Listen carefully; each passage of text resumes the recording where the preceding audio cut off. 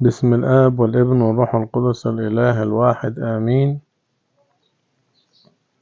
أهلا وسهلا بكم أحبائنا متابعي قناة سيرة قديسين وشهداء وآباء.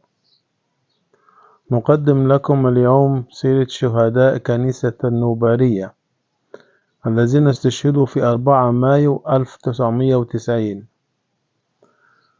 وهم أبونا شنودة حنا ومن معه. كان أبونا عائد من صلاة القداس بالنوبارية إلى الإسكندرية، فتم إطلاق النيران على سيارته، واستشهد معه زوجته وطفل صغير ابن شقيق زوجته و3 شمامسة لرفض المتطرفين صلاة الأقباط.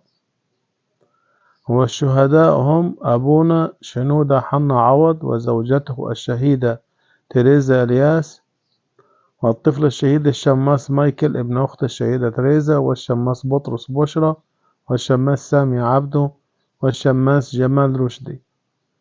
وقيل وقتها للتبرير إن المقصود الدكتور جمال في موضوع ثأر، وقام الأمن بمضايقة الأقباط في صلاة الجناز والدفن، وقام بالقبض على عدد من المشيعين ومنعوا خروج الصناديق في موكب، ولم يتم محاسبة أحد. فليكن اسم الرب مباركا من الآن وإلى الأبد آمين.